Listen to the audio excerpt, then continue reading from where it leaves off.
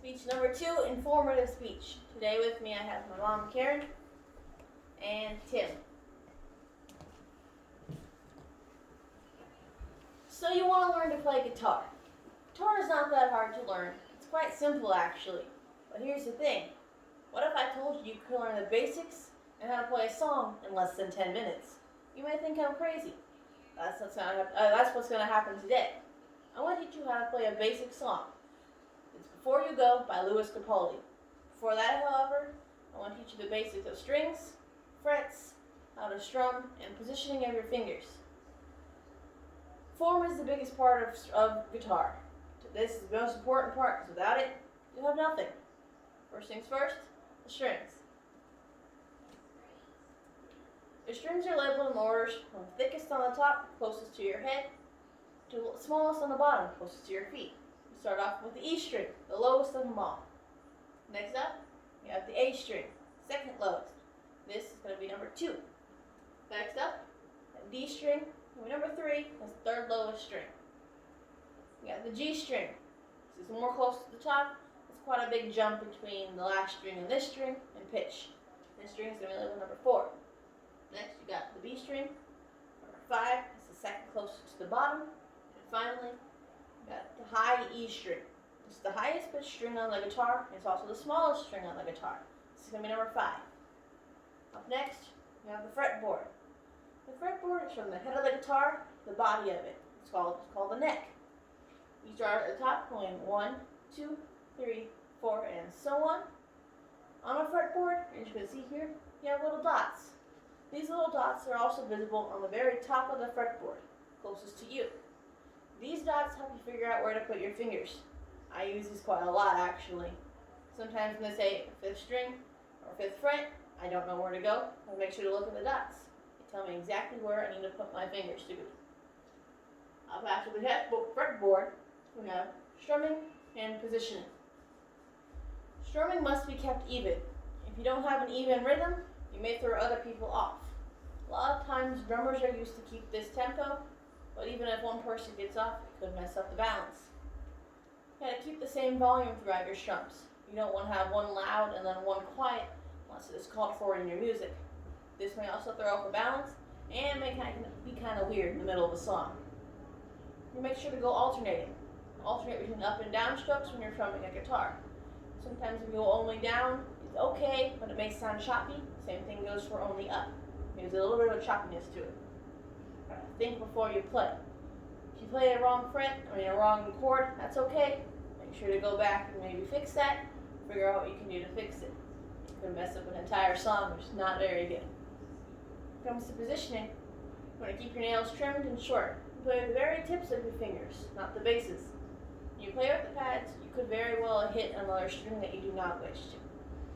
You gotta make sure to tightly press those strings. If you don't tightly press them, you get a weird vibrating sound, and it kind of like rattles with your guitar. It's a lot more common on acoustic than electric, but it's still present on both. Again, make sure to only press the strings that you want. Sometimes you can change the whole tune of a song. You can change a major to a minor or a minor to a major, which in the middle of like a happy song, a minor key may seem kind of weird to make it dark. Up next, we have chords for Lewis Capaldi's Before You Go. It may seem quite fast to get into this right away. These are easy chords. As you can see from the fretboards up here, you have a capo on your 3rd fret. A capo ups the pitch of open strings. A lot of times they're used to, if you want to do a chord but you don't want to bar it, bars when you cover all the strings, just use the capo. A lot easier. From each of these, you can by the numbers and dots, you see where to place your fingers for each of the individual chords. Next, the verse of the song. The verse is only the beginning of the song and often repeated. Here, you see the strumming pattern of down, down, up, down. Down, down, up, down, up. This is a very common pattern and quite easy to master. For this, start with C, go to A minor, go to F, and then go to G. Do each one of these 4 times before moving on to the next chord, and you repeat the whole thing of all 4 chords 4 times. And you got the chorus. Chorus, a lot of times, the main bulk of the song. This chorus goes C, G, A minor, F, and you do this 2 times. Each chord you play 4 times. Once you do that twice, move on to G. You play G 4 times, and you move on to the next part of the song. Next part of the song is the bridge. Bridge connects the beginning to the end. This line a lot of times you're going to say you're going to make an essay. This is the body paragraphs. Connects your intro to your conclusion. This bridge has A minor, F, C, and G. You only play this 2 times through, but you play each of the chords twice also. Up next,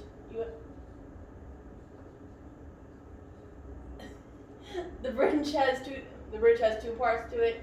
After you play the first one, you do a G instead of the first C, and then you go on to the next part of the songs. Next, you get the final chorus. This is kind of like your conclusion of a paragraph or conclusion of an essay. It brings everything together. As you can see here, same chords, same strumming pattern, bring it all together into the end. C, G, A minor, and F. Same as beginning, each one gets 4 times through, and it wraps up the entire song with the same strumming pattern. After you practice that for a while, you probably get it down, and you're wondering, what do I do? Well, today we learned the names of the strings, the frets, strumming, and positioning of your fingers. All this together can give you the background to be able to move on to play your own songs. Makes it a lot easier in the future if you know all these basics. Today you learned a basic version of Louis Capaldi's Before You Go. There are other advanced versions. You have fingerstyle, sometimes even more different things you push into them. But in this section, I think a basic of it is all you'll need. You get the gist of the song, and you can play with the song either. It has the same tempo, same tune, everything is the same. With this, in only a couple minutes of your time, you have learned the basics of guitar. You'll learn a lot. You have a lifetime of possibilities if you keep practicing and playing things over and over again. One day a guitar, you can do a couple things, but if you keep practicing, you'll be able to play at a campfire with friends in a band. Who knows? And that's how you play guitar. That's all the basics you'll need to learn.